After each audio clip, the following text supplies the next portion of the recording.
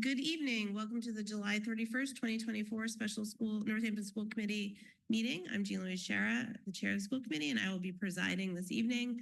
This meeting is being held remotely on Zoom pursuant to the modification of the state's open meeting law for the pandemic. This meeting and all participating on Zoom will be audio and video recorded. And I will begin by asking Cassie to please call the roll of the school committee. Yes, Mayor Shara. Present. Member Gacy. Karen Foster Cannon is absent. Member Seraphy Cox. Present. Member Stein. Present. Member Hennessy. Present. Member Miller. Present. Member LaBounty. Present. Member Agna. Present. Yes. And Member Davis. Present. Cassie, did you see that someone wrote in the chat that the chat's not disabled? I've disabled it. Okay. Awesome. Thank you. Thank you. Great. Okay, we all set? Holly is on her way. Okay, terrific. We'll be on the lookout for her. Okay, so this is a special meeting. So there's no public comment. There's only one item on the agenda. So I thank you all for coming together so quickly for this special meeting. The only item on the agenda is discussion and possible vote, appropriated money from the city based on the final state budget in the amount of $192,400. And I will just sort of lead off. I want to make sure that I give some very sincere thanks to our state legislators, Senator Comerford and to Representative Sabadosa, excuse me, for fighting for this per pupil increase, and to the governor for accepting it out of conference and signing it in with the budget. It's a big increase from what she had in her budget. It is, I think, another indication of just the pleading that came from from districts all across the Commonwealth to the state for desperately needed more state aid to schools in this really incredibly challenging budgeting time that schools are having across the state. So the state budget now includes $104 per student in Chapter 70 aid. We had to base the FY25 city budget on the governor's budget, which, as I said, was much lower at $30 per student, because that was what was available at the time when we were creating the budget. So this additional order, sorry, this isn't an order for you all. This additional amount represents the difference between the two. So a $70 and $74 per student increase. So for the Northampton Public Schools, so this is for both districts. So the Northampton Public Schools, that amounts to, as I said, $192,400. For Smith of Oak, it's $8,806. The City Council just about an hour ago voted to authorize this as a supplemental appropriation to both districts. So again, this additional appropriation is $192,400 for fiscal year FY25, which has already started for NPS. And I don't know if Dr. Bonner, you have anything to add? No, except, well, yes, I just want to again reiterate thank you to our Senator Comerford as well as our Representative Sabadosa and the work that was done, and especially Senator Comerford in terms of her work with the Ways and Means. It was very, very helpful. This has been a very difficult budget season for us. And this amount will assist us with being able to hopefully restore some of the positions this evening. So I look forward to our conversation tonight. Thank you. Member Agna.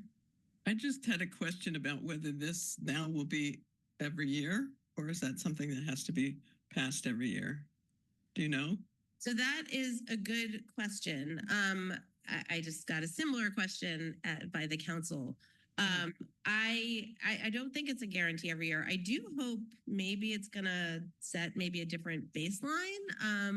But, you know, every year we're going to go through the same process where the governor is going to start with the cherry sheet with her amount, and then the House, and then the Senate, and then they'll go to conference.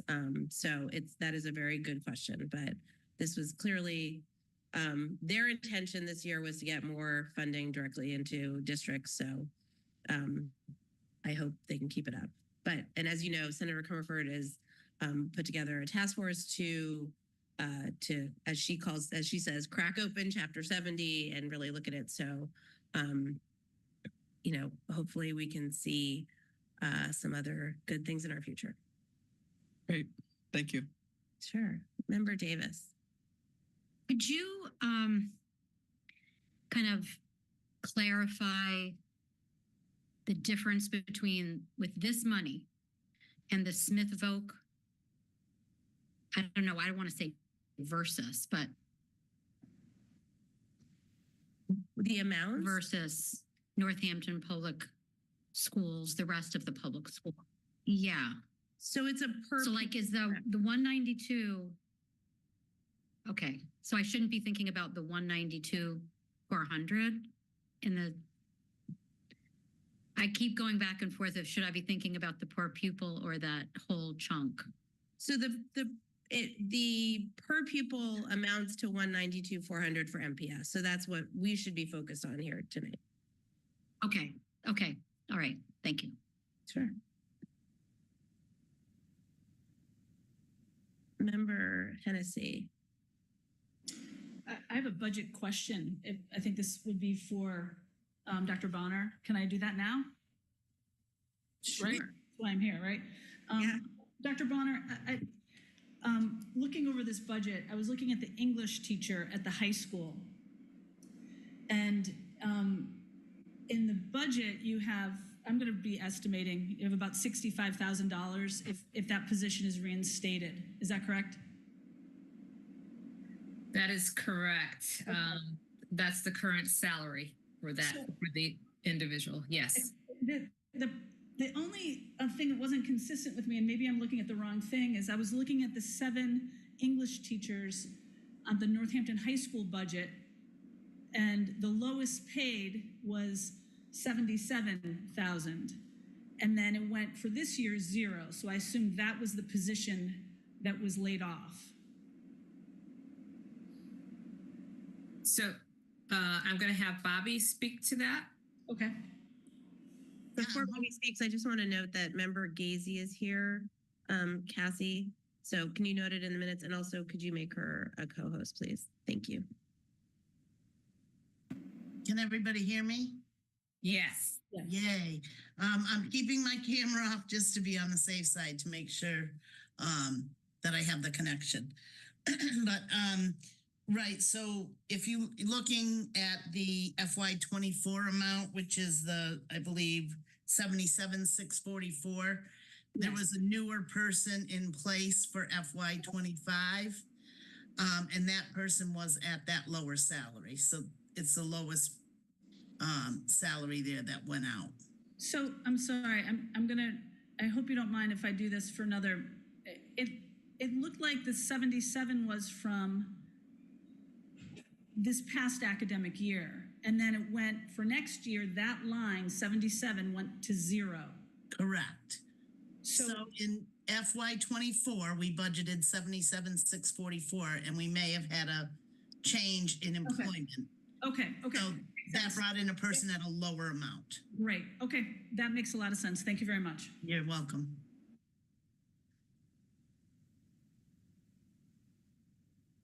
Member Agna, is your hand up again? Yeah. You're muted.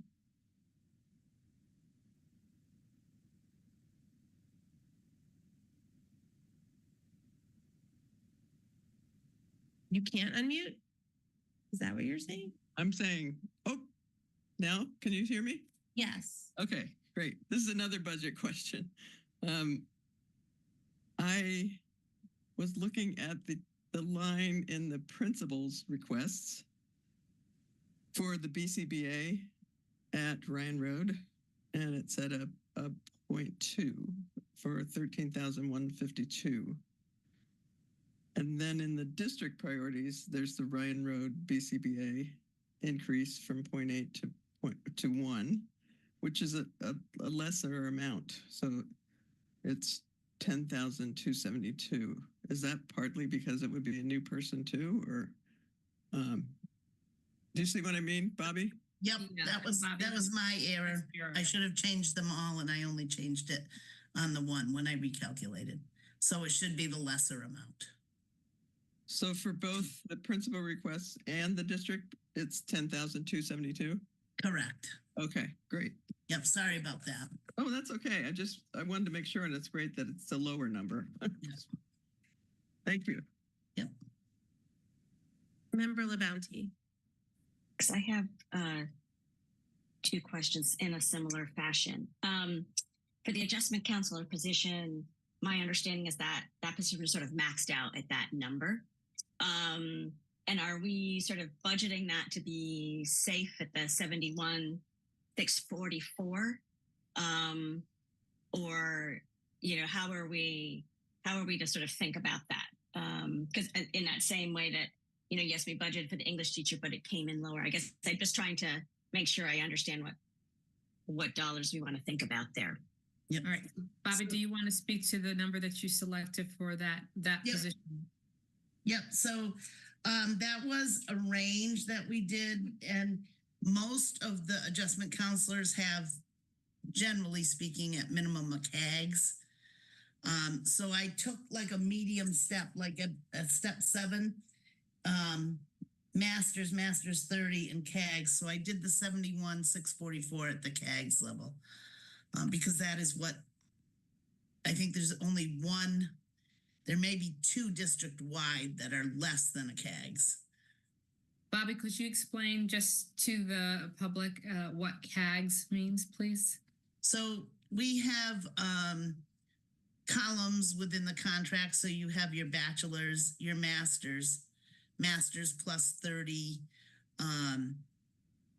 credits, and then master's plus 60 credits, and or your CAGS, which is a separate, and I'm not going to call it right, a separate advanced degree. Mm-hmm. And then the last column is a PhD.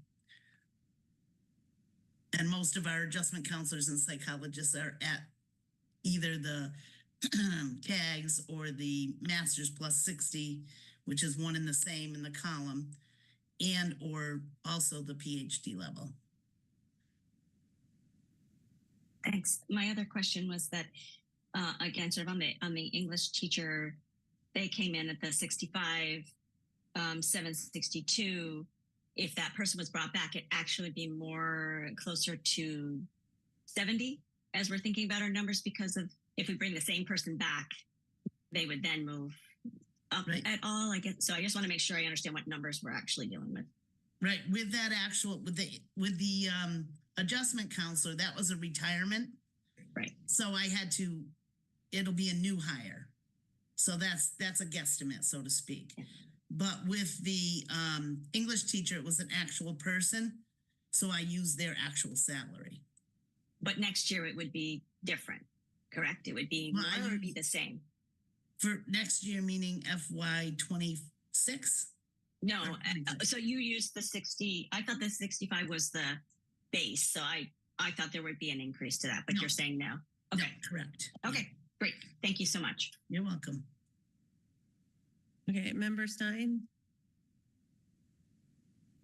Thanks. I just wanted to let our audience know that part of what we're discussing, which wasn't linked on the agenda, is a spreadsheet which has 4 different columns with different choices on how to spend some of this money. So the first is actually a list of the restoration suggestions that member Sarah P. Cox presented at our meeting last week. The second is a list of restoration suggestions from member Miller. That includes a Ryan Road paraprofessional at $34,819, JSS classroom teacher at 55,760. A JFK world language teacher at 75,030. An NHS English teacher at 65,762. An NHS adjustment counselor at 71,644. The total FTEs on this list are 5, and the total amount is 303015. There is a list of principal requests. There's nothing listed for Bridge Street School. For leads, it says library paraprofessional, 0.5 at 18,470. First grade paraprofessional at 36,941. A 0.5 math interventionist at 42,801. Ryan Road library paraprofessional at 0.5 for 18,470. Ryan Road BCBA increase from 0.8 to 1. That is a 0.2 FTE increase of 13,152. JSS classroom teacher, second grade, 1 FTE, 55,760. First grade paraprofessional, 36,941. JFK special education teacher, 65,762. There's a line that says 3,000 to 4,000 for iReady math support, $4,000. At NHS, it says adjustment counselor for 71,644. The total of that column of principal requests is 6.7 FTE positions, 363,941. And then there is a district priorities list, which includes the Ryan Road BCBA from 0.8 to 1, 0.2 increase of 10,272. This was the earlier question about the discrepancy. That figure seems to be the correct figure. JFK reading interventionist of 0.5 at 44,722. JFK math interventionists of 1 at 65,762. And an NHS adjustment counselor of 1 FT at 71,644. That totals 2.7 FTEs and $192,400. So this is in addition to the past budget from June, I think June 26th, the figures and documents the committee is discussing and asking questions about. Thank you. Okay. Let's see. Oh, Dr. Bonner, did you have something you wanted to? Yes, I just wanted to let the public know that many of our administrative staff are on vacation this week, and this great news that was just released, we had only a couple of days to get our thoughts together and to produce the document that Member Stein just read from. But I wanted to say that Bridge Street School principal did not have the opportunity to weigh in. She is on vacation. So I did not put anything in there for her because I did not want to be accused of just selecting something in terms of priorities for her. But I am so sure that she would have submitted something along with the rest of the principals and directors. I just wanted to let the public know. Okay, thank you. You're welcome. I will go to Member Hennessy and then back to Member Agna. Great, thank you. This was a quick thing. I wanted to point out my understanding was that about the Bridge Street principal, but also obviously the principals would want all of them. These were just like Ben Taglieri, which one would you take? I'll take the adjustment counselor. It wasn't like he didn't want the English teacher. It was just he had one of two to pick. So, right? Yes, thank you. I see you nodding your head, Dr. Bonner. Absolutely. I have to tell you that this is why I caution when there's a request for principals to have to lift up and make a selection and a choice. They want all of their positions, but then they have to prioritize based upon the needs that they know about their building. And so that was a very hard decision coming into a district for the high school principal. So thank you for bringing that up, Member Hennessy. Okay, thank you. So Member Agna and then Member Seraphy Cox. That was actually what I was going to say, that I'm sure that Principal Tagliari would put both those on there, but it's one, and I just wanted to confirm that. And I also I'm sorry I didn't do it at the beginning, but I really appreciated to have all this information for our meeting today, Dr. Bonner. It really helped a lot for us to be able to study it and be reminded what Member Seraphy Cox said, also what Member Miller said, and that the principal's requests and districts. So I feel like we came to this meeting well prepared. Thank you. Thanks. Member Seraphy Cox. Yeah, thank you. Dr. Bonner, I'm curious if you could talk a little bit about the add special education teacher at JFK. It looks like it's the exact same amount as the math interventionist. So I'm curious, like, it sounds like then the special education teacher is perhaps more important right now at JFK than the math interventionist? So this is a request that was really new to us, and I don't know what caused that. And our new director will be actually starting tomorrow, and I will have him to kind of review the numbers, because it's a possibility that there could be movement of some of our special education staff in terms of making sure that that all of the grids are covered and that we are appropriately addressing all IEPs for our students with special needs. So that is a question, and that wasn't a full conversation that I had with the principal, but I will say that knowing the performance and what is entering 6th grade, and knowing the actual performance of what's occurring at JFK, knowing that this is a cohort, kind of like the, again, still of the COVID cohort, that we're still addressing some of the learning loss. The recommendation is really the reading interventionist, making that person whole, and restoring the math interventionist.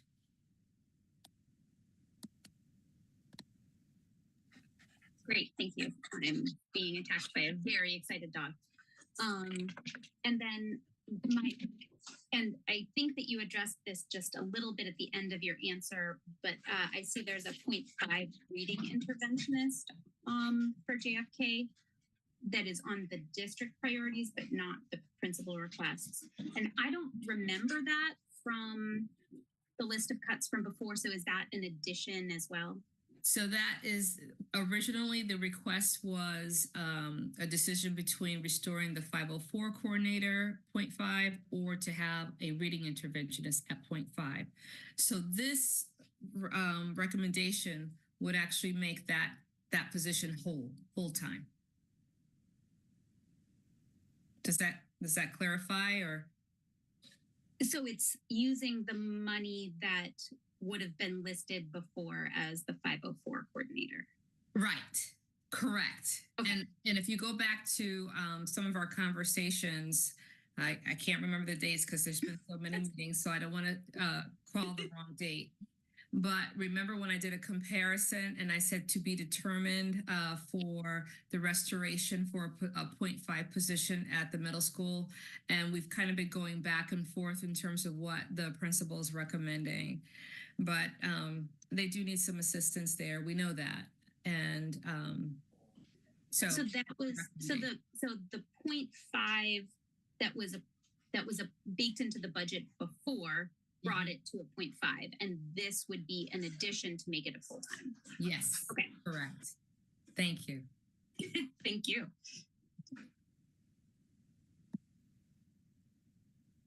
Member Stein. Thanks. I'm interested to hear everything my colleagues have been sharing and the questions they've been asking. I think it's great. I'm glad we had some information to wrestle with before our meeting today, and some sort of clearly laid out options and needs and priorities. I think the hard thing probably for all of us is that this budget that we're stuck with is going to hurt a lot of kids.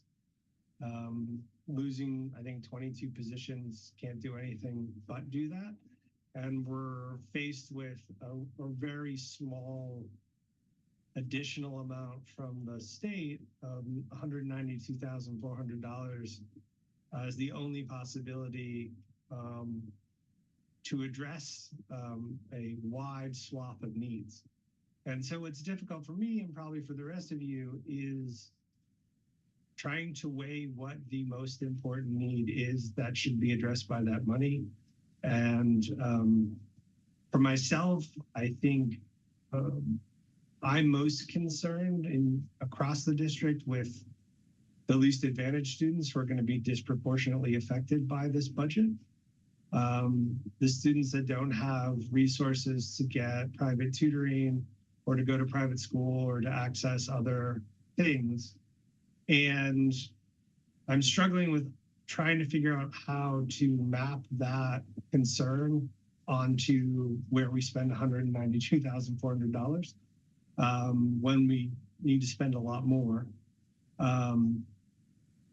So I'm not really sure. I mean, the adjustment counselor does stand out to me as a place where people are not going to be able to access that anywhere else. And as pediatricians point people towards their high school adjustment counselor and we don't have one, it's a significant problem. Very concerned about reading and math intervention at pretty much every level of our schools. I don't know where the biggest needs are and the most disadvantaged students are impacted. So it's hard to say if JFK clearly has some stuff, but we haven't had really any discussion of the previous screening scores or the current iReady scores. In the past couple of years, this would have been done at Curriculum and Learning Subcommittee. I know we're not really doing that kind of work anymore, but it would be great to really understand with some data where the most marginalized in our system are concentrated and affected, because I don't know how to map these things. And I don't think we have the data or the analysis to really inform us. I think we have a lot of intuition. We have a lot of information from our educators and from our administrators, but it's just really hard. It's really, really hard. And I know you're all struggling with this too. I raise all of this because I'm hoping that maybe the way for us to sort this out this evening is to come to some sort of consensus about the value, this was brought up before, what are the values and philosophy we're trying to adhere to when we allocate this money? And then how do we figure out, based on that, where best to allocate it as a group? So that's how I'd like us to proceed. And I'd like us to look, my own perspective is that we need to look for the need, and the need that falls disproportionately on those who don't have any other resources besides public school. So I look forward to hearing what you all think. Thank you. Dr. Bonner, do you have any anything you can share regarding sort of using that metric? So, yeah, unfortunately, I'm not at my office to pull up that data, but we as a district, we look at our data. We look at our iReady and our benchmarks. We look at our MCAS data as well. JFK, particularly in ELA, as well as math, that the performance is underperforming. There are several students who are not reading on grade level, or it could be 2 grades behind. There are those who are not meeting the standards for math as well. We can also see this, as I said, on our MCAS data. So these are the areas in which have been highlighted in our strategic planning on some of the objectives and goals that we're focusing on, and as well as it identifies certain cohorts of students who are underperforming in terms of comparison to their peers in the building as well as statewide. So we have that data, we look at that data, and we use that data to make decisions. And that is how the district priorities came to be. And so for me to do an actual presentation tonight to pull up that data, I am not prepared to do that for you. But I would be glad to share that information maybe on next Thursday during my superintendent's report. It will be so in alignment with our strategic goals that I will be sharing as well. And so we do have that data. So I just wanted to point that out, that is a data that educators, not only educators, but your administrators are looking at to make these decisions. Member Agna. So I'd just like to make a correction. I think for Member Stein talked about the Curriculum and Instruction Committee that would look at data. There hasn't been a Curriculum and Instruction Committee until my last term when it was formed. And unless This meeting is being recorded. Well,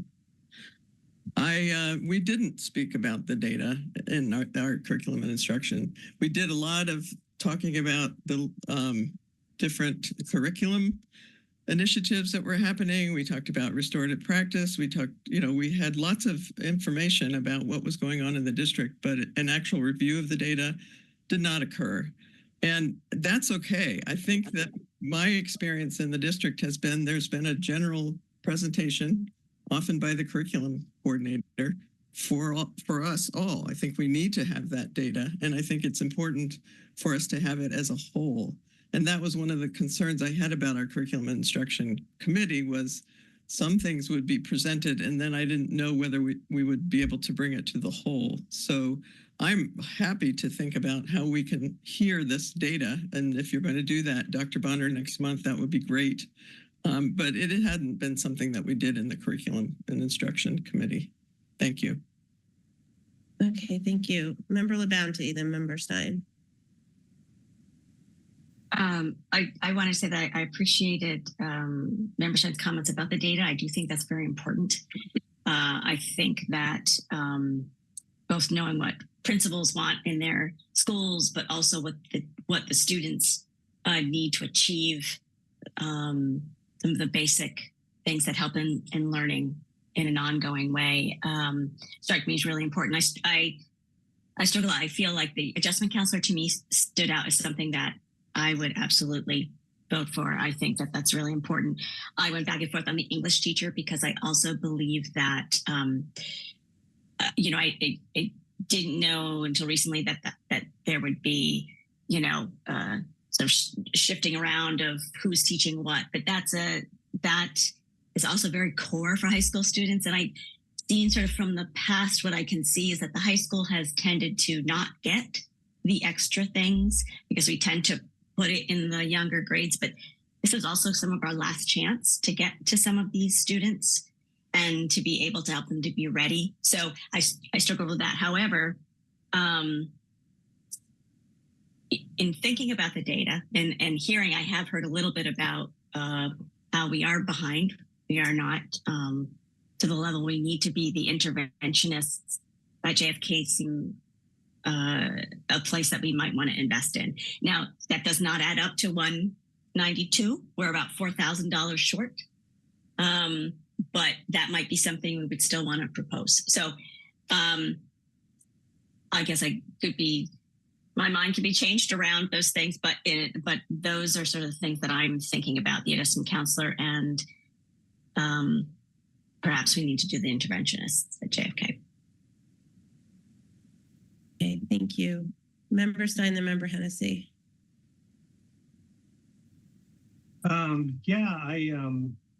I'm glad to hear that the strategic planning is looking at the data, but it's not something that the committee has had access to or presentations on. And as we make budget decisions, it would be incredibly helpful if we did. I do remember a number of areas that the curriculum and learning subcommittee did look at data, whether it was around standards-based grading or exit interviews. There's a lot of different types of data. And I'm happy to do that work as a full committee. But it would be useful if we used our subcommittee time to sort of get into the weeds in some of these core issues from my perspective. We will run into the question of whether or not something is a major curriculum change and that we don't have the purview to actually talk about it. But I do think it's very important for us to have conversations about the data that we do have. One thing I'm particularly interested in is not only the MCAS and iReady and AIMSweb data and where that aligns, but also where the poverty rate aligns among our schools and other profiles of our students that we know about. Because as I mentioned before, in a situation where we are facing endless cuts, the impact on our students is going to disproportionately fall on those who have no other resources. And because of that, I want to prioritize them. And I know people think I'm speaking hyperbole when I say endless cuts, but even if we get this override to pass, we're only going to get about 40% of that. And when you do some simple math on the contracts for next year and the steps and the transportation increase, we're likely going to have to cut more positions. And that's going to continue into the future. And that means we also can't add additional features, right? And we also haven't gotten any updates on what IEPs have been added since we made this budget. And I do wonder how many more service grids are we going to be able to meet, et cetera. So we are in a long-term austerity situation. And in a long-term austerity situation, you need to do more and more data analysis to get the most you can out of the very limited resources you have, with a guiding philosophy on what values you want to show. So I'd love for us all to do that. I would love to get regular updates on whatever it is that the Strategic Planning Committee is doing. I would love to get greater access to presentations on the data. I am very curious about how we look at continuity across earlier screening tools we had. You know, we had AIMSweb. My understanding is we had to move away from it because it wasn't meeting the state's standards. And that's why we adopted iReady. Okay, well, how do we compare across those 2 years? And how do we understand what iReady is telling us? I would love to know these things. And I hope that in the coming months, we can have some of these conversations. Member Hennessy. Okay, thank you. I guess I have three things. One is, I do think starting soon, as a committee, we need to start our budget discussion for next year, right? Like, and we need, I happen to be on the curriculum committee, but I think a lot of this stuff that should be presented needs to be presented, whether it's on October 1st, you know, how many IEPs do we have? How many students do we have? Let's look at the poverty level and all these other standardized tests. You know, we need to be grappling with those issues soon. And number two, I'm in this night, I'd love to hear everyone's thinking about where they want the $192,000 restored. Because, I mean, I just want to say nothing is wrong, right? We want all the cuts, we want all the positions. So I'm sure our thinking, I'm interested in how people were thinking about it. And I appreciate Member Stein and Levanti talking about what they were thinking. So that's my second thing. And then I'm going to say what I was thinking, which is, I was pretty clear, I'm very clear about the adjustment counselor for the reasons that both Member Stein and Levanti stated. I think it's really important. And so that's number one. I wasn't aware until today that it was the director of special education who put the special education position in. I appreciate Member Seraphy Cox for saying that, because then that puts, for me, that that might be a significant need. So that would be something. And the interventionist at the middle school level, when I look at, I know standardized test scores are one thing, but it seems like with both the change in leadership and that grade level, those might be great positions to restore. However, I really agree with Member Levanti about the English teacher. I think it's the class sizes and the need there is great. In the history of our district, we've continued to, you know, let the high school kind of take some hits. So that's my thinking, and I'm looking forward to hearing from everyone else. Thank you. Member Miller, do you have your hand up? Yes. Okay, I'm going to go to you since you haven't spoken yet. Okay. So I've already expressed a little bit of my opinion that's on the spreadsheet. However, I wanted to comment on a couple things. Member Stein had mentioned how are we going to reach our most challenged students? And I want to speak to the importance of class size. And I just want to emphasize reinstating classroom teachers whenever possible to reduce class size, especially Jackson Street second grade. I believe that that's a very important grade in which to reduce class size. And I am concerned about the many students that would not be getting sufficient attention in a class size of 25. So that's an emphasis for me. The other thing about being more equitable is the adjustment counselor at the high school. And that is because we already know that the other adjustment counselors are specifically for students with special needs. There are many, many students that do not have IEPs, but have great emotional needs. And as a therapist in the community, I know firsthand how important it is for there to be someone in the school that is responsive to all students. And it's essential. So I'm speaking to that position.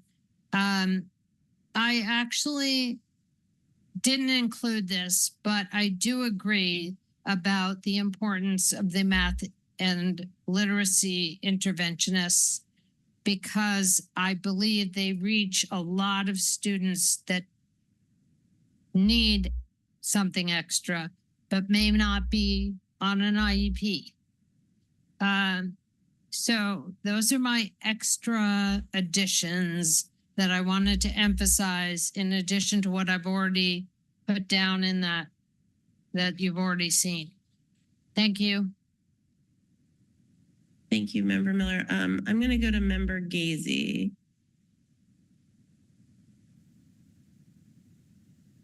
Thank you. I have to agree with the adjustment counselor at the high school. I think that the high school has been short shrifted for a long time, and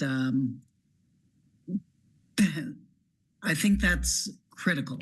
I do agree with, I'm sort of torn between the JFK reading interventionists and math interventionists, which are key to sort of helping kids that aren't on IEPs yet stay off of IEPs, not get referred, and bring them back up. So that is, to me,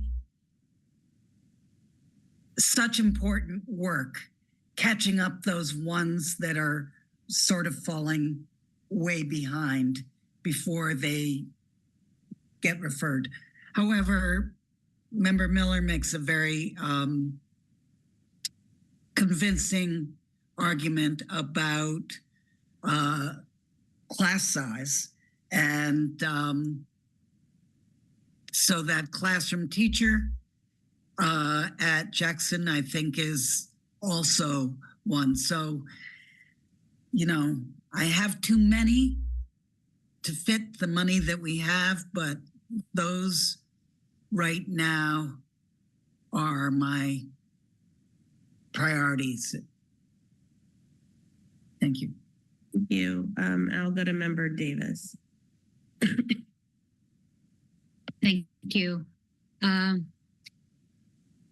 Just as Member Gazy just said, I have too many to fit the money that we have. Probably all of us do, but what I have written down, and then I go back and forth of, but I'll just go down. What I wrote was, or are the JFK interventionists, and I wrote reading and or math, ideally both. I have great concerns about those kids. The adjustment counselor at the high school, I think, is a critical thing to gain back, if at all possible. The Jackson Street School grade 2 class, to make that a much more reasonable size. But I also have the English teacher at the high school. Those 4 continue to rise to the top. I think it's really compelling, all of the arguments and comments that I've gotten from constituents and that we've all discussed in our meetings about the high school, and a really, really large English class also can be difficult for an older student as well, even though it's extraordinarily difficult for a kid in 2nd grade and the teacher. But right now, those are my competing 4 priorities. Thanks. Thank you. Member Seraphy Cox. Yeah, thanks. I've been kind of trying to track a little bit what folks are saying. I hear a lot of consensus around the adjustment counselor, so I think that is a shoe-in.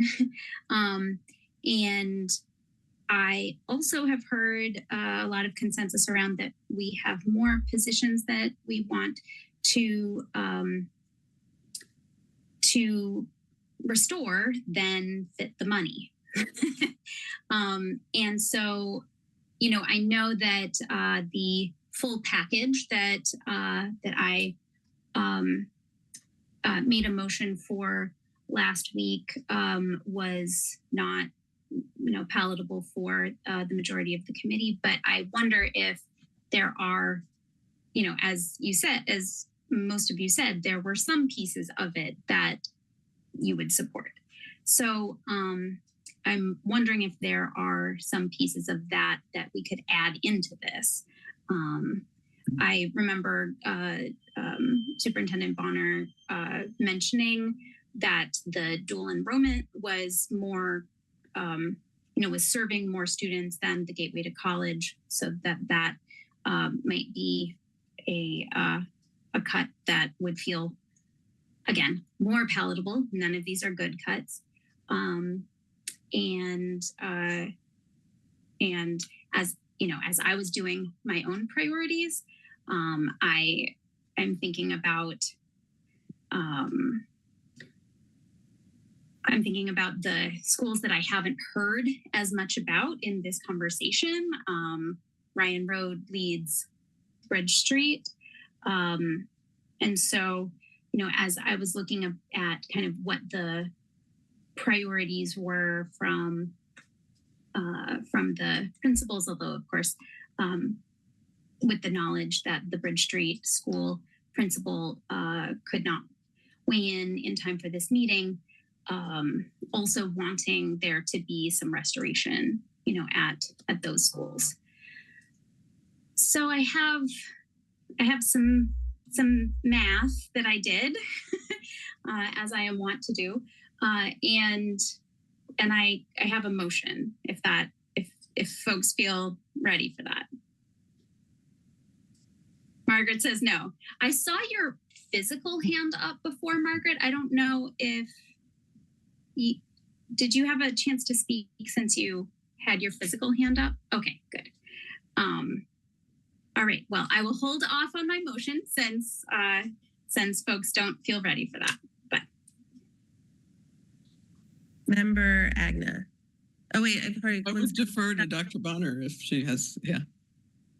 Just a quick input on behalf of Bridge Street School. They too, in their second grade classes, have the same numbers as Jackson Street.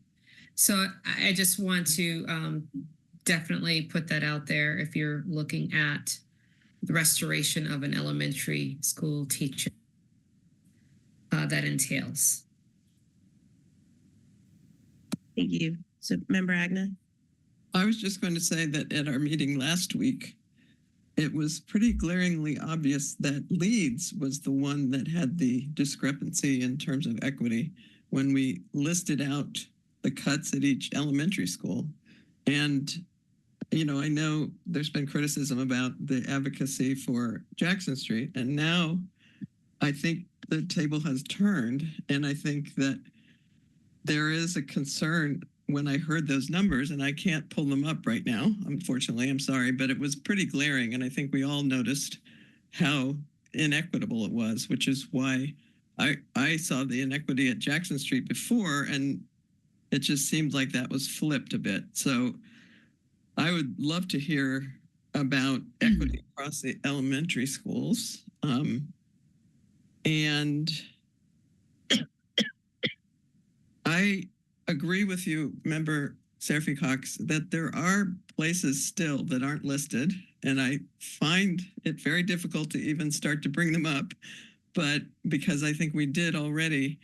But I am in a position myself as a former educator thinking about our year ahead that could be seen as a year without a curriculum director or a year without family engagement coordinator or something that, and I really honestly, I respect the superintendent. I respect how central office needs to be run. And I would never suggest either of those to be permanent, to be permanently taken off of our staffing. I think we have to, we're too short in central office. However, this year being so difficult, I wonder if we want to consider those again that you brought up, I think, Member Seraphy Cox, in your list before. So I'm just putting it out there, and that's why I'm glad that we're not doing a motion yet, because I think we need to think about some other things in our budgeting. Thank you. Okay, thank you. Dr. Bonner, is your hand up again to respond? No, I'm sorry. I didn't take it down from the last time. Okay. But let me take it down. I'm just going to wait till everyone has spoken. I'm just, well, Mayor, if I may, tomorrow's August 1st, and you took a vote last week in terms of not making any more changes. And so now we're having that same discussion again, where we have school opens in on the 28th of August. We have to put things in place for people to their assignments.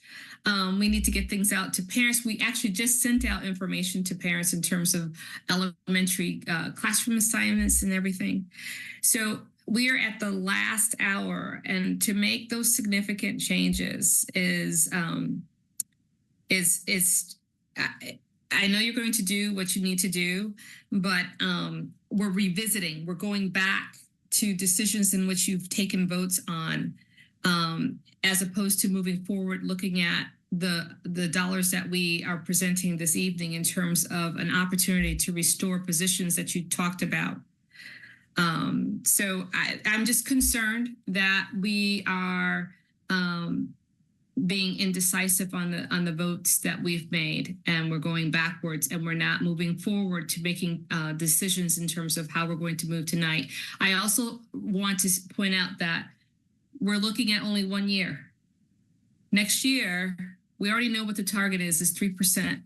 We don't know what the risks are if override does not pass. We also don't know what the new contract will say.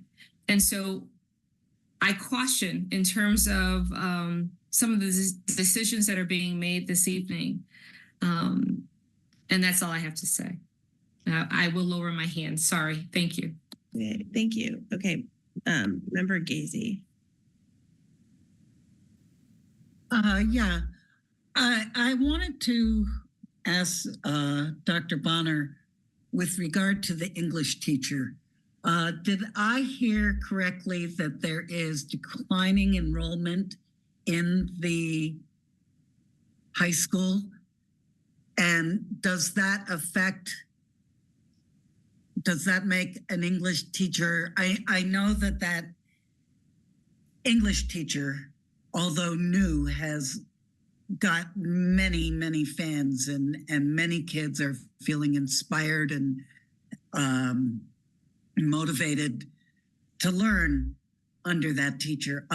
However, if we're thinking about student-facing positions, if there is declining enrollment in the high school, maybe that's not the place to put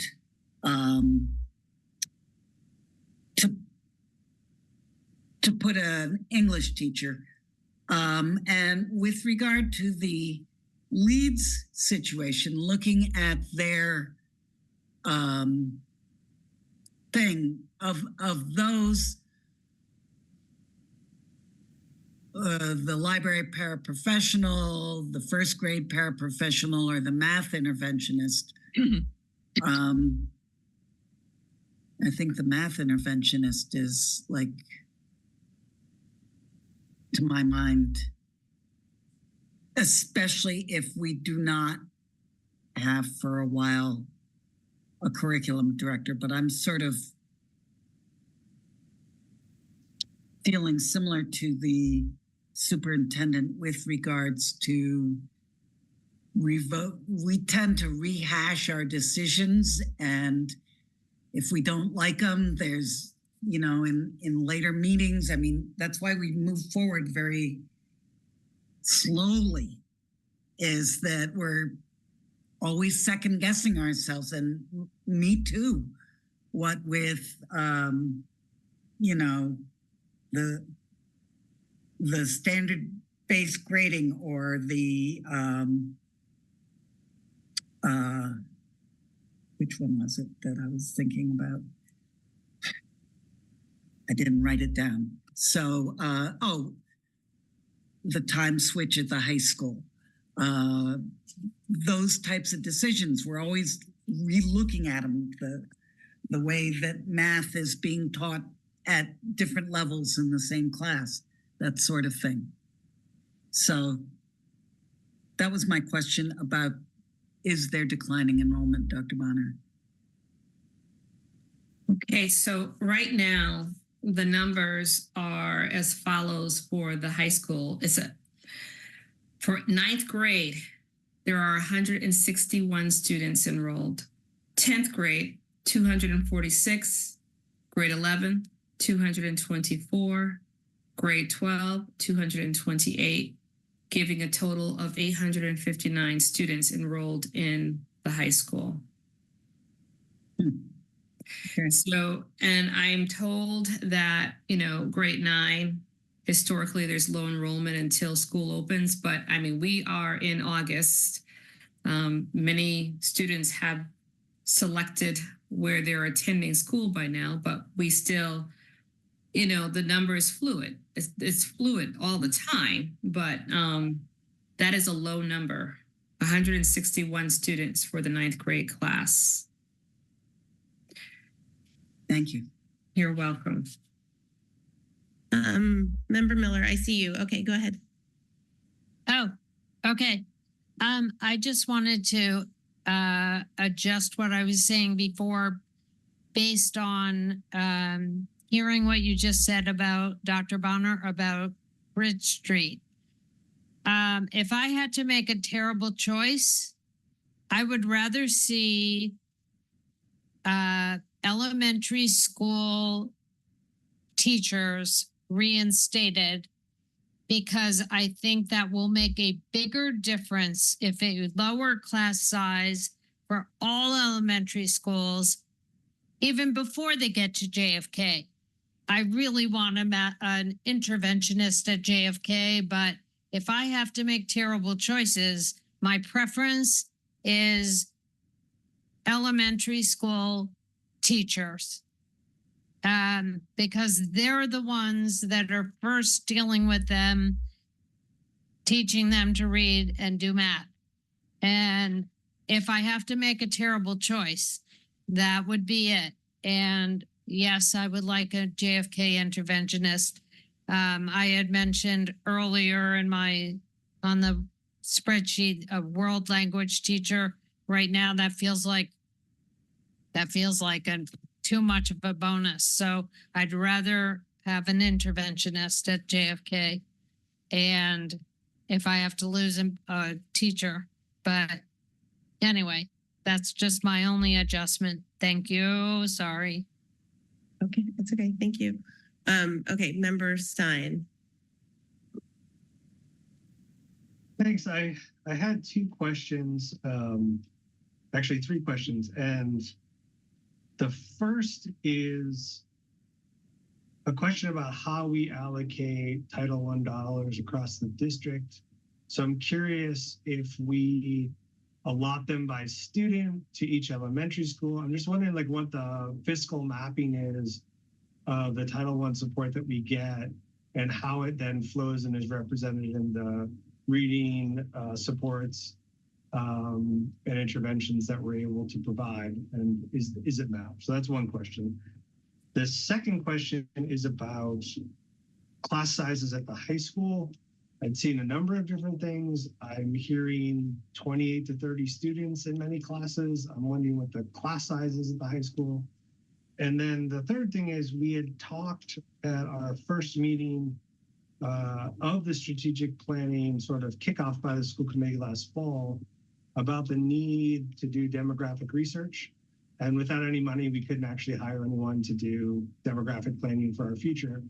But I'm wondering, listening to this number of 161 for ninth grade, how we're supposed to understand that figure. Is it a population bubble? Like you see pretty mirrored numbers for seniors and juniors. You got 20 more sophomores, and then you've got a lot less freshmen. What explains it? And what information do we have to consider it? So if we're going to make a plan for next year, but we know that the 8th grade class likely looks a certain way, or the 7th grade class, like what are we using to actually make projections? And how much are we attributing this decrease in enrollment to the budget austerity? I mean, we're getting a lot of emails from folks saying, if I don't get X, we're going private. Or running people on the street, tell me similar things. I just want to urge us as we go forward to continue doing some work to use data and tools to make sense of the numbers that are presented to us so we can plan better. And the last thing I want to say before I hopefully get some answers to those questions is, I don't think we're revisiting decisions that we've made. I don't really think last week we had a real conversation. And I'm really heartened that this week, many members have come with sharpened pencils and clearly having done a lot of reading and thinking about what positions they want to advocate for and how they think this additional money should be used. And even rethinking, but maybe for the first time, some of those questions that were raised last week.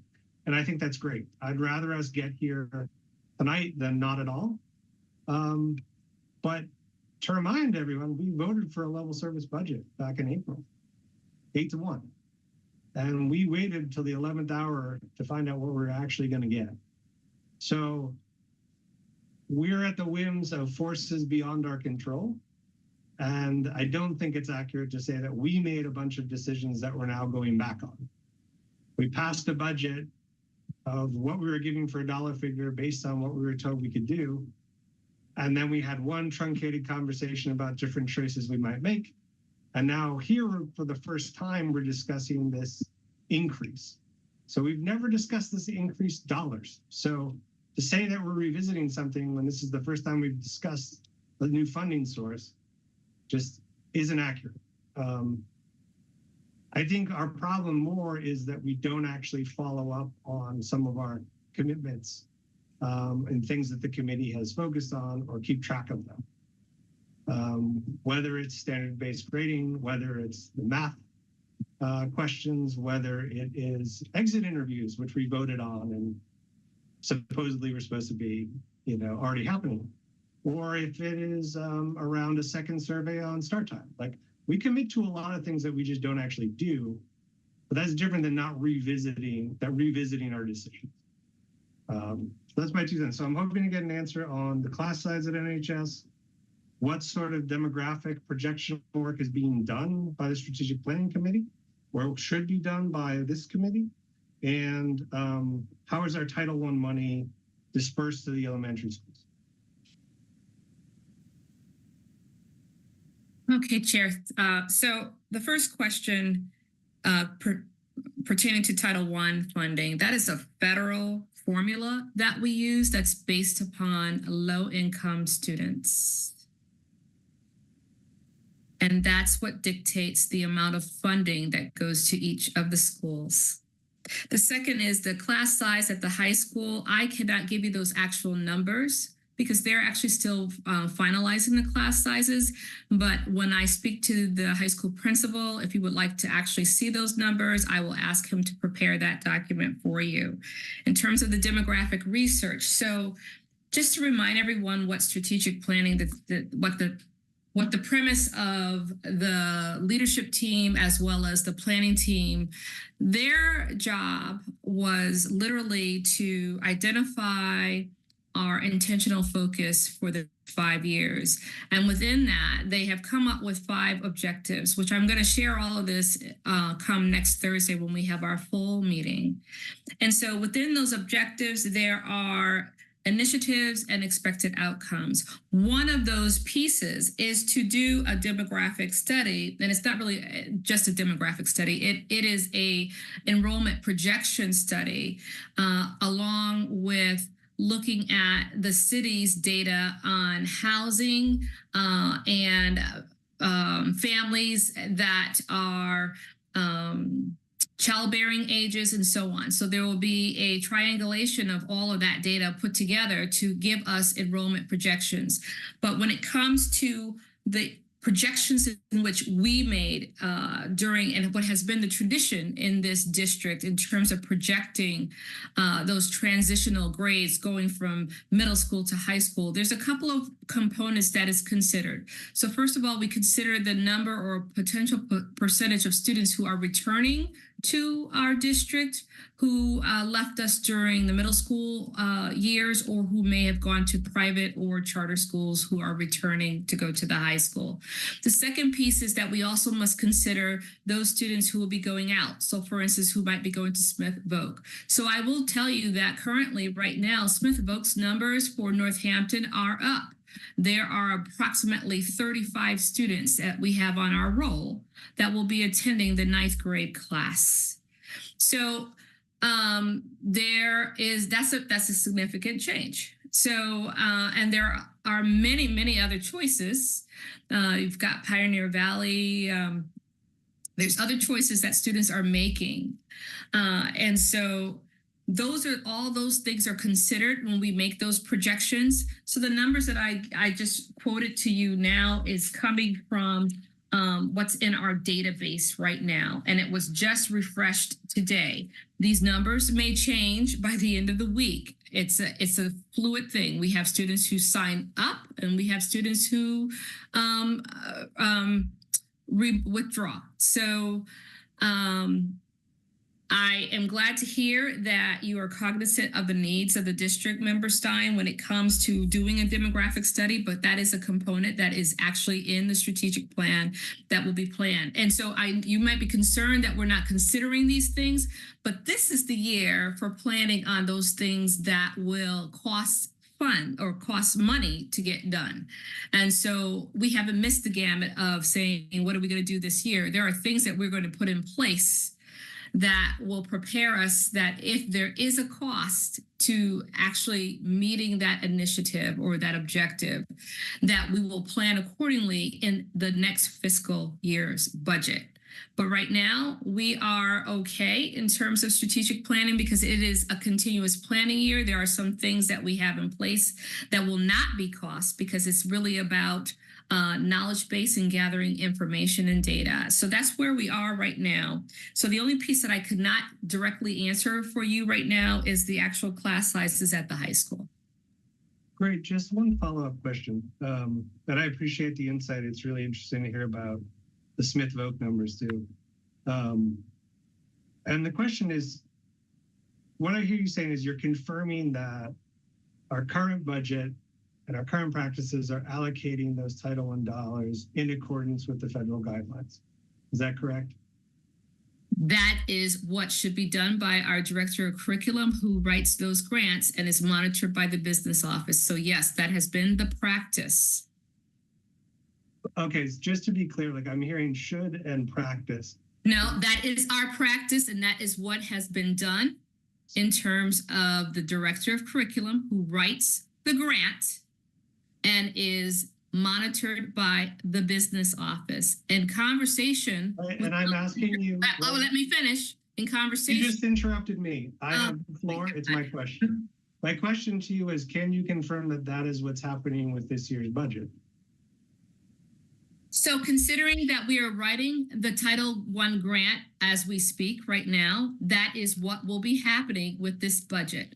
We have already considered the numbers of the salaried people who are in those budgets with consideration of their increases that will be in there and the portions of which we can put into those grants. And it will be done accordingly to the percentage of students that are in those buildings. Yes, I will confirm that because that is going to be the practice that we will continue with the person who will be writing the grant.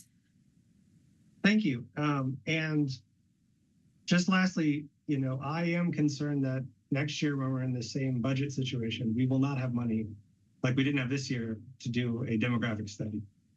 And so I'm not sure what planning we're going to do where we're not going to be faced with adding, removing an interventionist or a special education teacher or a paraeducator and decide that we're going to spend money on a demographic study. So I just want to say it now because next spring when we talk about this all again, you know, we had this conversation last year when we reinstated the position of a technology specialist here. I'm not technology specialist. I'm sorry, the digital literacy coordinator to a director position. Conversation last fall was, what happens if we increase it by 0.5 and then we have to make other cuts? Well, we're back in that situation. And we're going to have the same conversations again. So I look forward to reminding you all at that point. Super frustrating to continue to be on this merry-go-round. Thank you. Okay. I'll just note, so Dr. Bonner and I were both today at a Smith-Voke strategic planning retreat. And it was noted there that interest in vocational education is up across state, I assume the country. I think we were just talking about the state. So there's sort of a movement towards more kids enrolling in that kind of education. So it's that might be a trend that we continue to see. Okay, Member Hennessy. Okay, two things. I noted from a January meeting, you know, we were expecting a lower enrollment coming in. And when you just, I had looked this up the other night. 163 kids in 8th grade in JFK, 238 in 9th grade, 204 in 7th grade. And that's this academic year. So, and I looked at a couple other districts, and there's a dip this year. I don't know, you know, across the country, but I do remember in January that was a concern I had because it did seem, you know, anecdotally, a lot of people were considering Smith-Voke. also. So I'm not surprised with the 161, given that we have an 8th grade of 163. Obviously, kids come in. So that's just that. That's number one. Number two, I'm not asking to get off this meeting at all. I'm sorry, I'm getting off this page. I just would hope that we could at least agree or vote on or the $192,400. And then if we want to move forward with other things, just so we have those priorities, I'm willing to stay and, you know, for me, talk about anything else. But I hope that, I know we're not full, but if we could, at some point soon, have that first discussion. These are our $192,400. So that's all I am saying. No questions.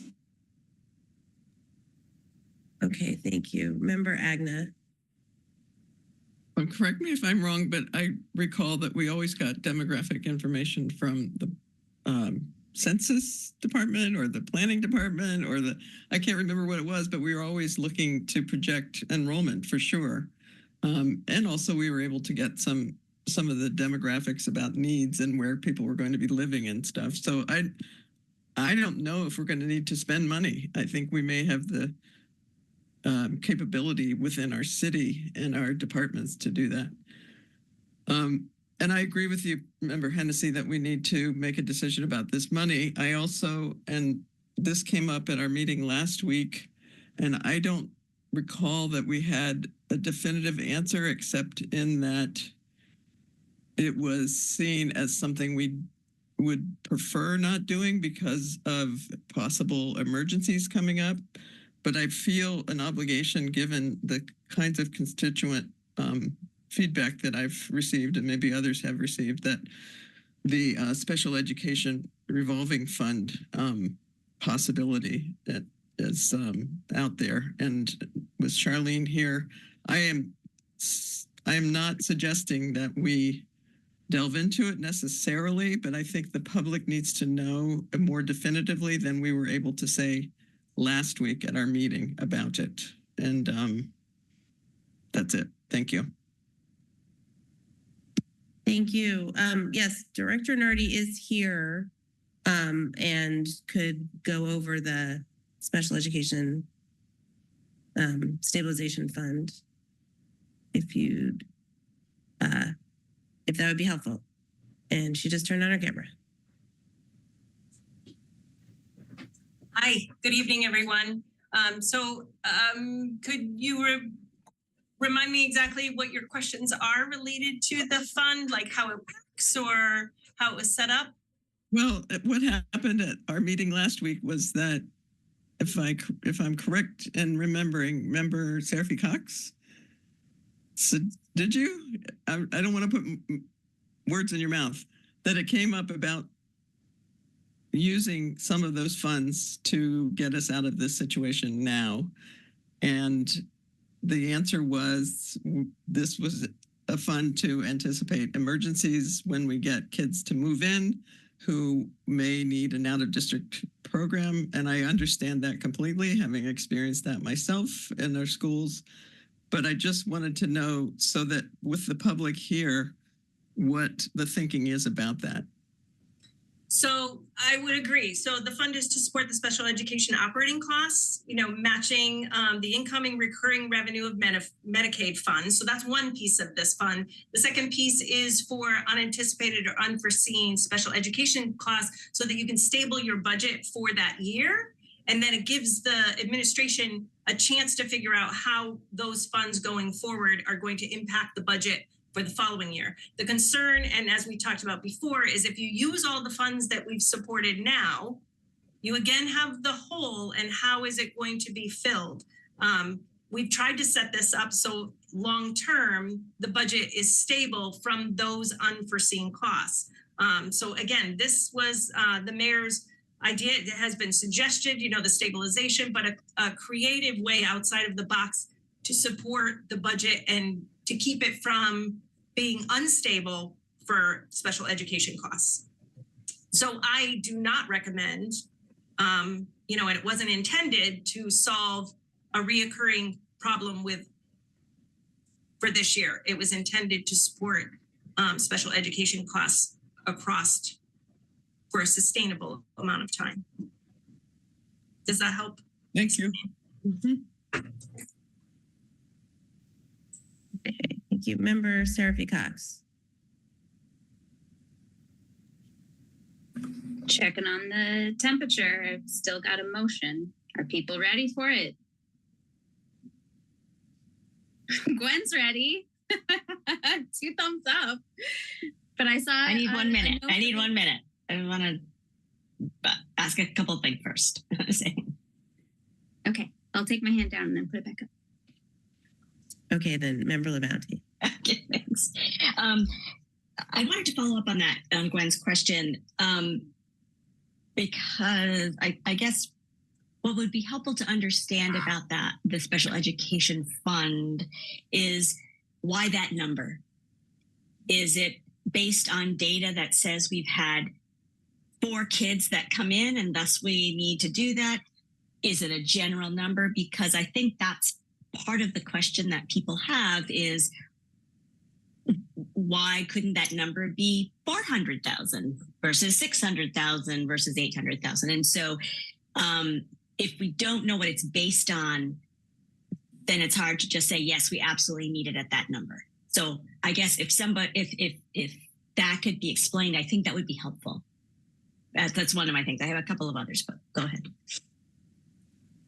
So I think that you're talking about the cap for 350,000 for the year. Yeah, I think that, and the money was set aside with 800,000. I forget. There was a So the larger number. 800,000 was based on what was in the special ed, was in our undesignated fund balance, but also there is a cap on how much that can be in that stabilization fund. And if we exceeded, or if we got to the cap, then you wouldn't be able to add any more. And this year, for instance, in 2009, you're expecting Medicaid money to come in that will be transferred come after certified free cash, or free cash is certified. We will have an order to move that money into the stabilization fund. And because by statute there's a limit, we didn't want to bring you all the way to the cap, because then there would be nothing going in. There would just be money coming out. So we wanted it to kind of be, so money's coming in, money's going out, and you're, over the time. So the 800,000 brought you up closer to the cap, which I'm sorry, I don't have that off the top of my head. I can look for that. It was in the order. It's a percentage of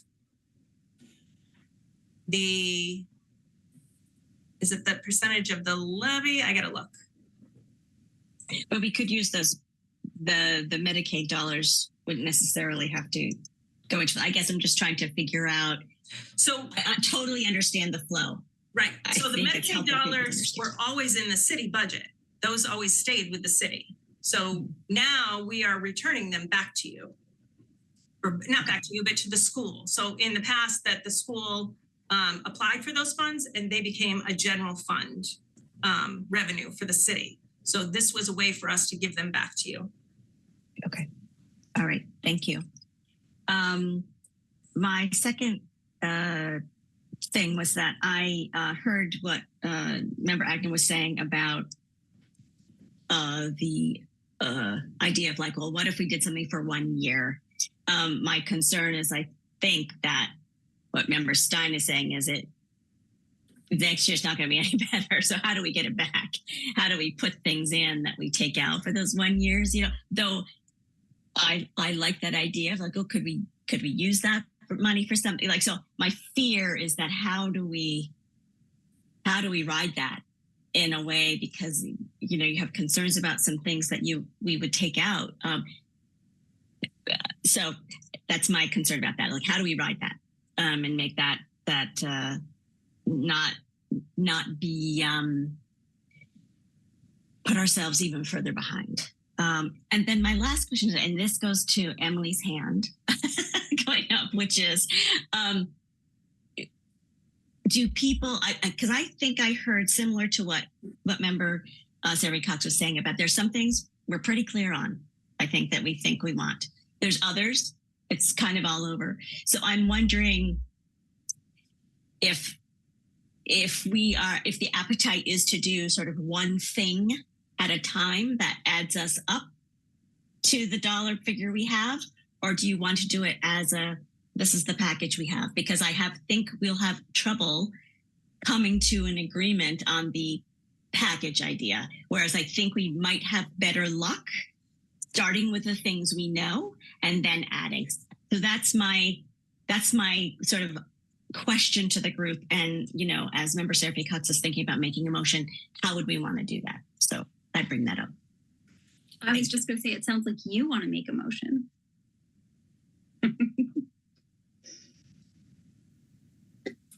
Okay, Member Stein.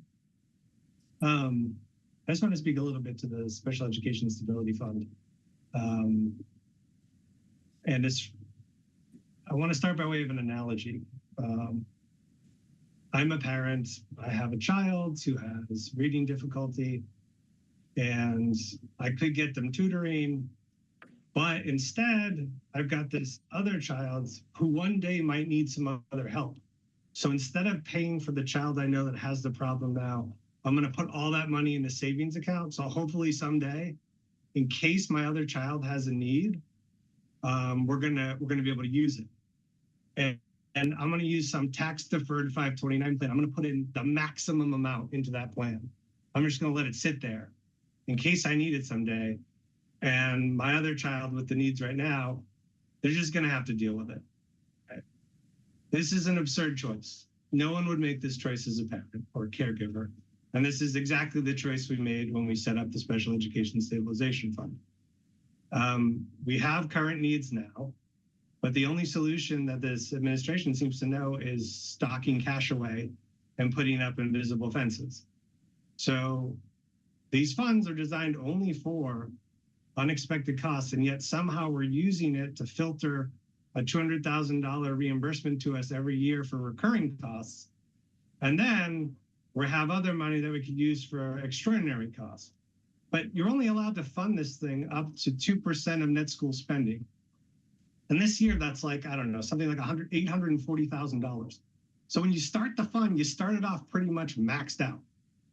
What are we thinking? It doesn't make any sense. And then we're going to take 200 and we're going to get another 205,000, put it in. And then all the tailings that we're going to have are also going to get dumped in there, except there won't be enough room. So the rest of those tailings will go where? Maybe to free cash, be certified for something else.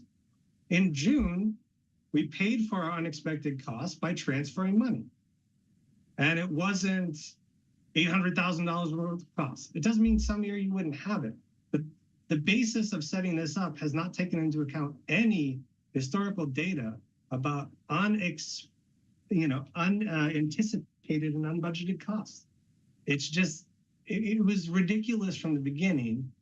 And it also seems like a way to have the city council have control over some funds the school could theoretically have access to, because they have to vote on whatever motion we pass. Now, by law, we can use this money for any lawful purpose, regardless of the language and the stipulations that are put into place.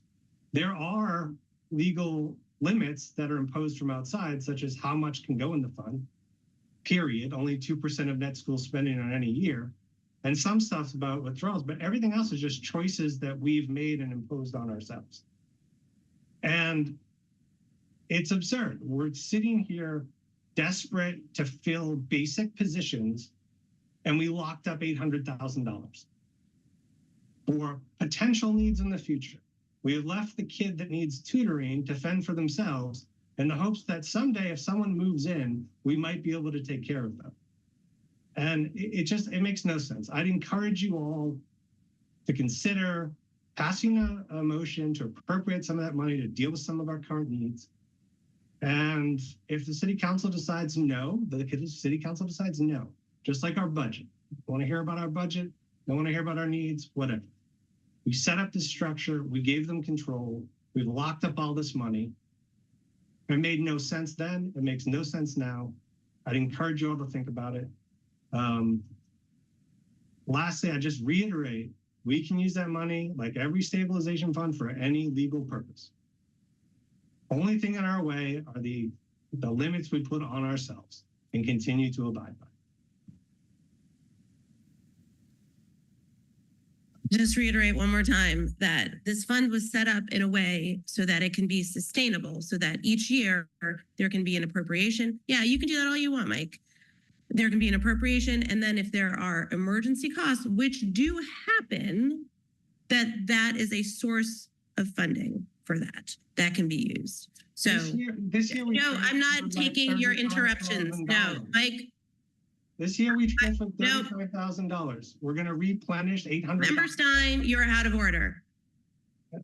Member Stein, you're out of order. Member, can I go to Member Seraphy Cox? May I go to Member Davis first, and then I'll go back to you, Member Davis. Thanks. Back a couple of topics ago, whether we talked about, I guess it was Member LaBounty, the item by item versus the package. I would opt for the item by item because I think the package was, I know just speaking for myself, made it difficult for me.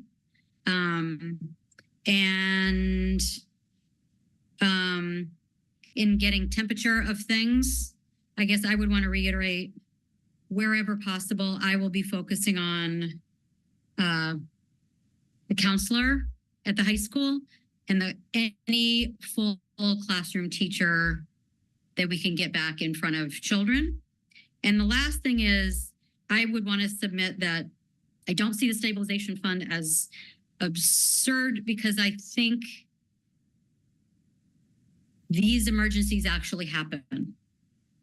They actually happen. That's where this whole idea came from. And I don't think that anybody in Northampton Public Schools is leaving a child to fend for themselves. And one can't judge what a family might do, how they budget their money. There are people that save up for stuff that they have a good feeling is coming down the road. People do save up for stuff that they see as, I see something big that might be happening. Let me save up for it. So I think it was a wise idea. Member Seraphy Cox, I apologize. I see Member Miller's hand up. May I go to her? Go ahead, Member Miller. It's very quick. Before Member Seraphy Cox makes her motion, I just wanted to agree with Member Davis. My only objection last time was that it was the entire package. I would rather do it position by position rather than a whole package. So that's just my comment before you do it. Before you make a motion. Okay, that's enough. So I'm really confused about this. How do you balance a budget if you're not going to have it as a package? Like item by item.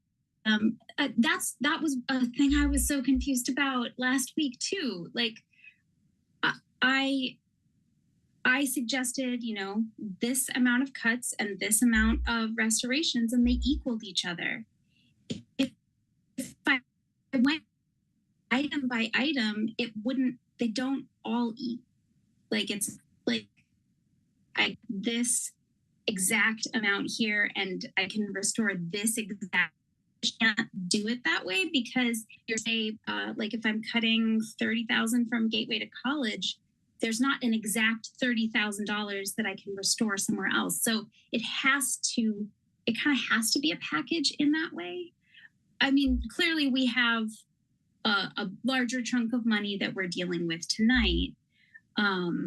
So I guess we could go in item by item a little bit that way.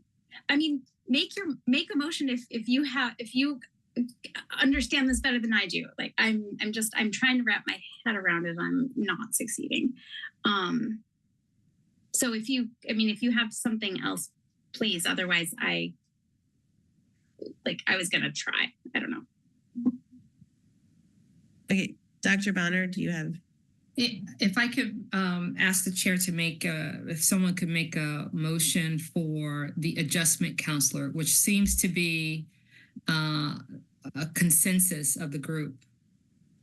And then that will give us a balance of what remains. Someone like to make that motion? I move that we restore the adjustment counselor position at the high school. I second it. Motion's made by member Hennessy, seconded by member Agna.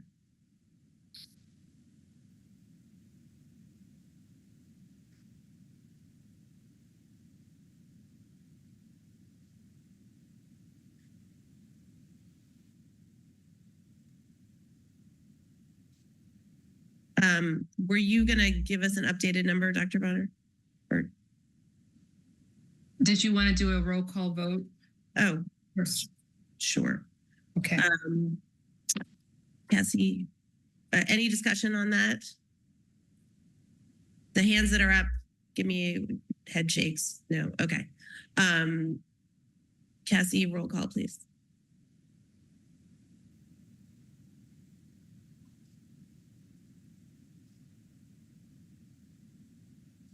Oh, we can't hear you, Cassie. Oh, can you not? unmute? There. Sorry. Are you not a co-host or the host? Me? Yeah. No, I was just on mute. Been having trouble with my mouse. Sorry. Okay. Okay. Member Gazy.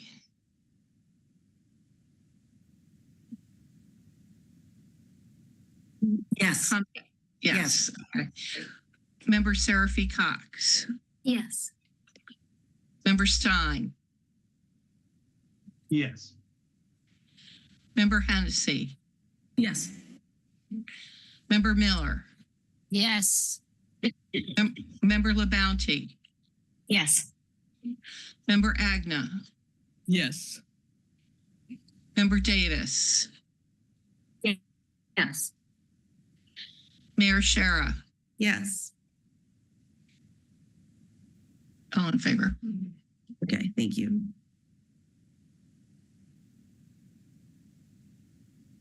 Okay, so Mayor, that leaves us with $120,756 remaining.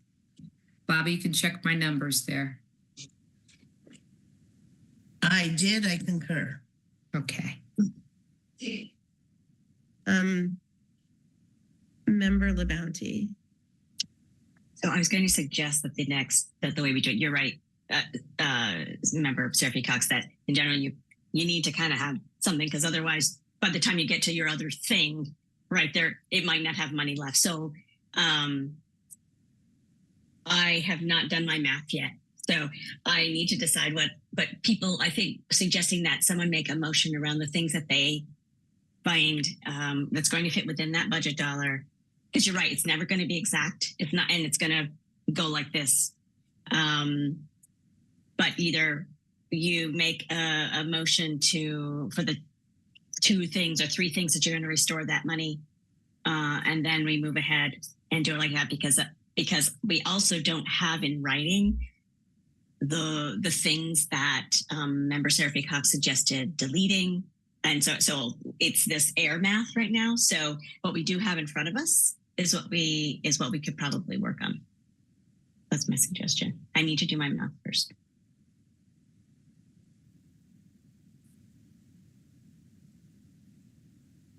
Okay. Member Davis. I have a question regarding we talked about the Jackson Street second grade teacher position, and then it was I was reminded about the other schools and to the efforts to make it equitable. I believe it was Leeds that also has 25, but the potential for 25. No, it's Bridge Street. Right. Okay. Because certainly the equity piece is important, because I have here the number for Jackson Street grade 2 at 55,760. I believe that's what I had written down from one of those charts. And That could, if it's just 2 second grades, but I wanted to confirm that we're talking only about 2 second grades, then that could add up to what remains. But I wanted to make sure that I was accurate about 2 classes versus all of the elementary schools.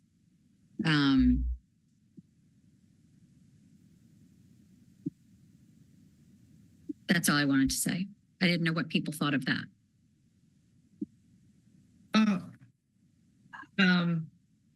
So just clarification. So grade 2 at Jackson Street, there are currently 2 second grade classes. One is at 24 and the second one is at 25. So there's a total of 49 students. It's right at the threshold. The same at Bridge Street, 2 classes, same numbers, 25 and 24.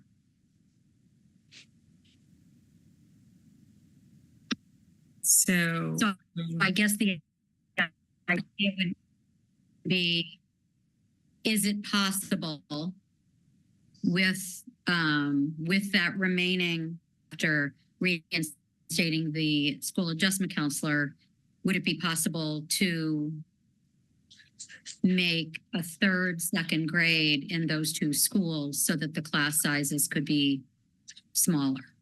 That's an idea. Okay, so Bobby, can you check those numbers at one? I believe would be a reinstatement, because there were one is a reinstatement at Jackson Street. I'm sorry. And then Bridge Street would be a new position. That's correct. So I just did the quick math. I would use probably a master's step 7 for the Bridge Street School, which would be the additional position. That would be at 65,762, along with the Jackson Street would be 55,760.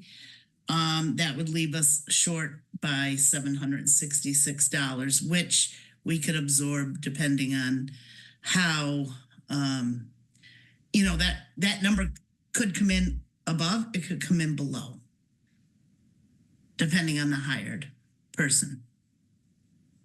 But that would work.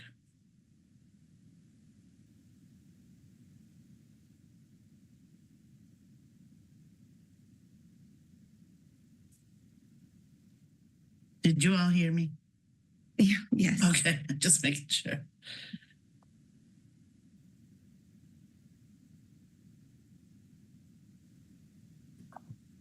So, Member Servey Cox, do you want to go? Yeah, I'm nervous about doing this one by one for another reason.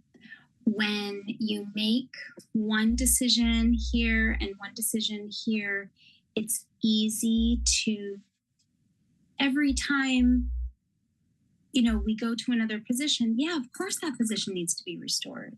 But part of the reason why we look at it as a package is to see the equity implications, to remind ourselves of the balanced priorities. Because if we were to go next to 2nd grade classrooms, what becomes of the interventionists at JFK that the superintendent talked about needing badly? What happens to the English teacher that several of you talked about needing badly?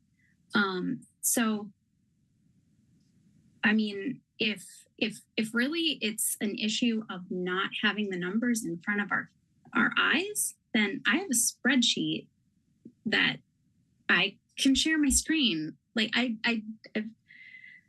the math is easy to calculate on a spreadsheet, and so there are ways to solve these problems without needing to go through one by one.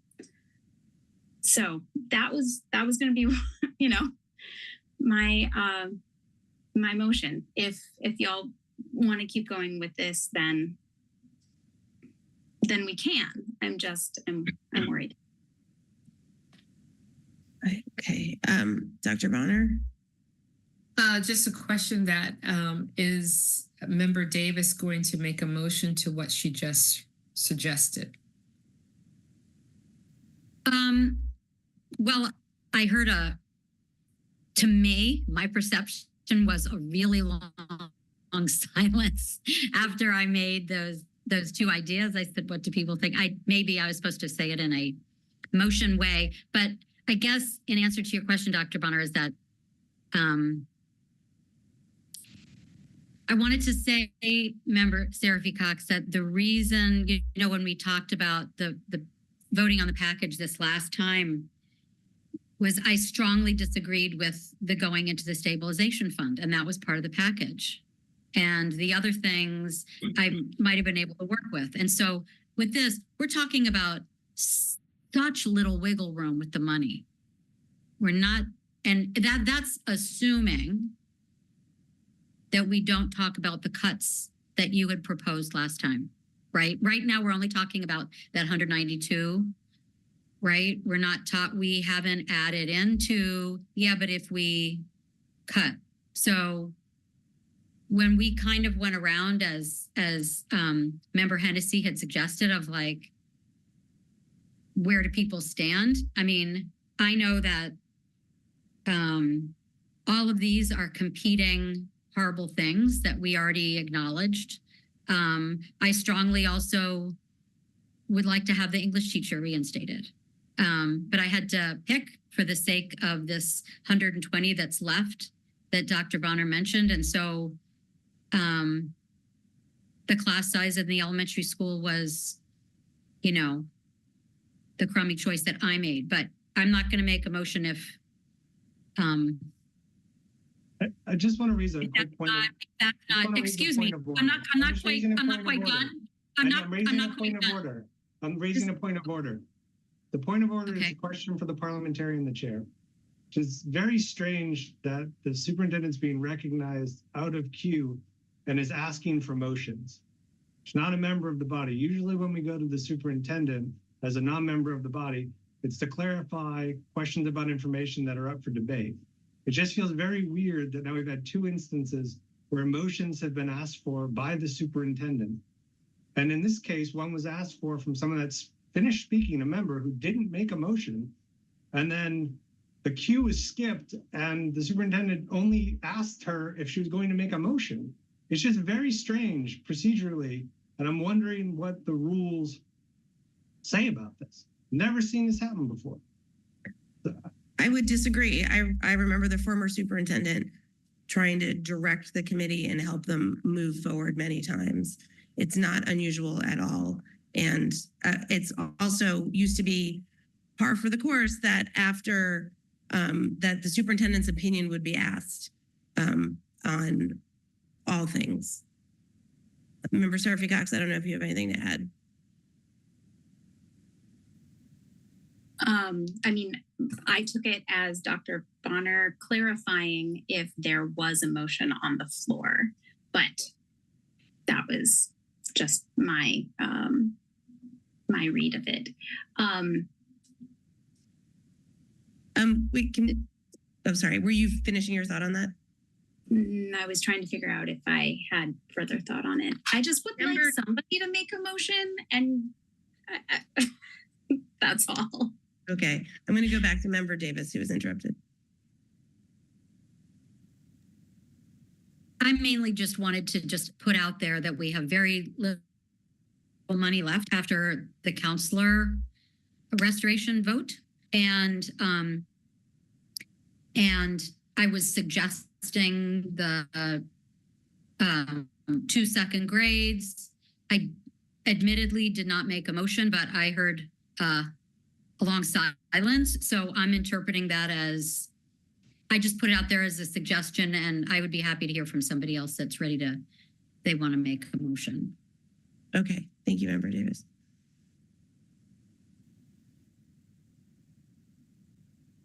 Sorry, I muted myself. Dr. Bonner, is there something that you wanted to add? No. Okay, thank you. Okay, I'm going to go to Member Hennessy, Member LaBounty, and then Member Agna. Thanks. Thank you. So as Member Labonte said last week, we just went through this training for MASC and talked about budgeting. And both of us came out thinking we were not going to go through line item. I appreciate this, though. I find it really interesting.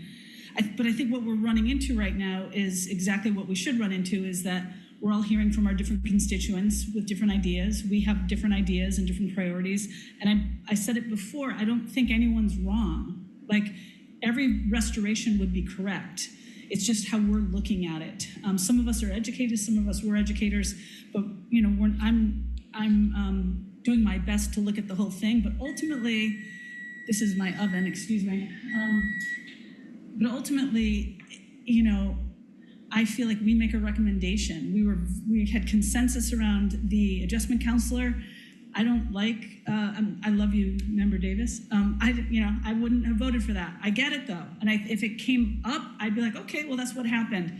I like special ed and the reading interventionist. I think I heard Member Labonte say something else. Like, we're going to have different ideas, so it is going to be impossible. And I feel like this is where, and I know people disagree with me. I know your arguments. No one has to, you don't have to say that. I really do understand it. I think our job here is to do our due diligence, listen to our constituents, do a lot of thinking and looking, reading, and making our position known. And then the superintendent, if we don't have a consensus that everything, has to make that decision, or we're not going to do it. And I think for the $192,400, another, we then could have another discussion about if we want to restore some or cut something, and then what can happen after. But I don't think I don't hear a consensus on this. And so for me, it is about saying all of these are good. If we restore them, the superintendent heard our arguments. If we want to reiterate something or perhaps more strongly advocate for something, maybe that's what we can do. And it's okay if people don't want to do that also. But to me, I think we're going to be running into stuff.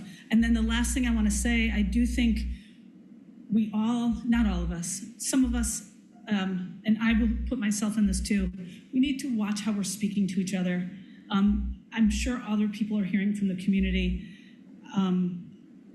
about this. I'm not calling anyone out. I just think we're in a meeting, we're talking about really hard things that we feel really, really emotionally about. We're parents, some of us have kids in the system. It's really hard. And if you're a teacher, it's worse. It's not worse, it's really hard too. And so these are emotional times. I think we need to, I want to, Ann Hennessy, bring a little bit more kindness to this discussion, because it's hard. Dr. Bonner has a very difficult job. We have a very difficult job. Mayor, everyone here, no one wants to make a bad decision. And this is a very difficult budget. It is awful. And so that's my statement. Thank you. Member Labonte. I have to agree with Member Hennessy on that. I do think that we're making a recommendation. We have lots of opinions. I think the reason that I want to deal with the 192 is because I have not seen the spreadsheet that was proposed that goes along with the adds and deletes. And I don't think it's appropriate to ask us to vote on something I have not seen. It's only been verbal. And I have to say, at the last meeting, I felt a little blindsided because I was being asked to make big decisions on something I had never seen and only heard. And so I said, I'm not going to do that again. So I don't want to vote on a package I have not seen the pros and cons of, and haven't had a chance to sort of look at this, because I agree with Member Davis. I didn't agree with some of it. There was lots I did. And if it had maybe been, opportunity for us to discuss it in more detail, in a way we could present a different package, perhaps I would have done it, but I couldn't do it. And so I was really unhappy about that, actually. So I actually will make a motion that we accept the district priorities as they are presented, which add up to the 192.4, and that we don't have consent. Well, that's my motion. My motion is that we accept and put forth the district priorities that are set here for the 192.4. I seconded. Motion's made by Member LaBounty, seconded by Member Agna. Member Agna, did you want to speak to it? Heat the oven. Line a sheet pan. Ollie, we can hear you. Ollie, we can hear you. I muted her. Okay, great. I was going to make that same motion, Member LaBounty. Thank you for doing it. Okay. Thank you. Member Stein to the motion. Yes, I didn't know if Member Agno was willing to offer a friendly amendment based on what you said earlier to add back additional positions using the Special Education Stabilization Fund or by making some of the other cuts we talked about. I'm not prepared to do that right now. Thank you. Member Miller. This is a question for the parliamentarian. There's a motion on the floor. So I guess that means that we're not able to make another motion. Is that correct? You can make an amendment to the motion that is on the floor, either by friendly amendment or by moving an amendment. Yeah, yes. Okay. Well, first is just point of discussion. I just wanted to say that the spreadsheet that was sent by email to all of us was simply Member Seraphy Cox's suggestions, my suggestions, the district's priorities. That was all in a spreadsheet that was sent to us by email. And those were only, for example, for me, my suggestions. They were not a motion, obviously. So I'm going to make a friendly amendment to the last motion on the floor. And I would like my friendly amendment is not to designate grades level, but to simply say, I would amend that the elementary schools that have class sizes of 20, close to 25, have another position added, whether it's a reinstatement or a new position, that the amendment would be that the elementary school classroom teachers would be the priority.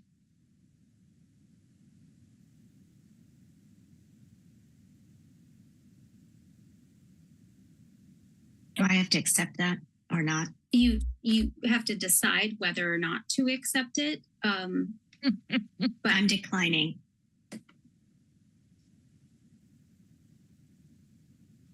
Okay, so the motion is still on the floor.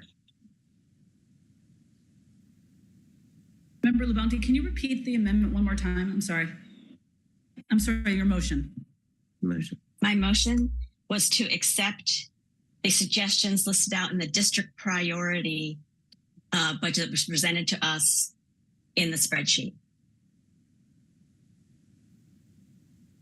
Thank you.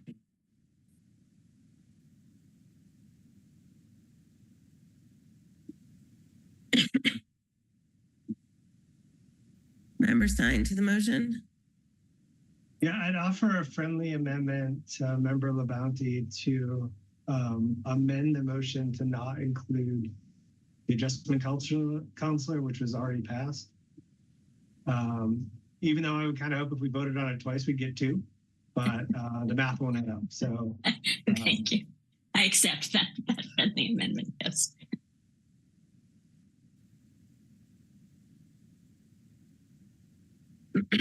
Okay, any further discussion to the motion?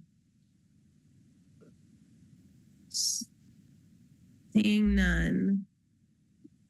Roll call, please, Cassie. Member Seraphy Cox, No. Member Stein, No. Member Hennessy, Yes. Member Miller, Mm, no. Member LaBounty, Yes. Member Agna, Yes. Member Davis, Yes. Mayor Shara, Yes. Member Gazy, Yes.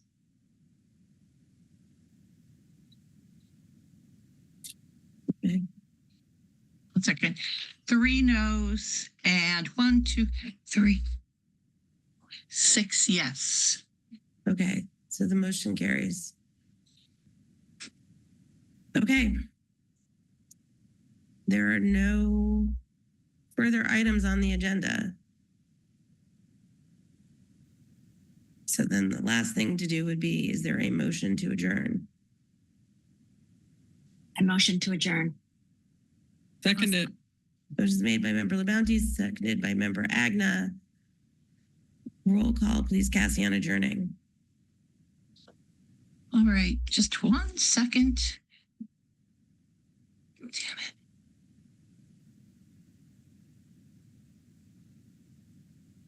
All right. Member Hennessy, Yes. Member Miller, Yes. Member LaBounty, Yes. Member Agna, Yes. Member Davis, Yes. Mayor Shara, Yes.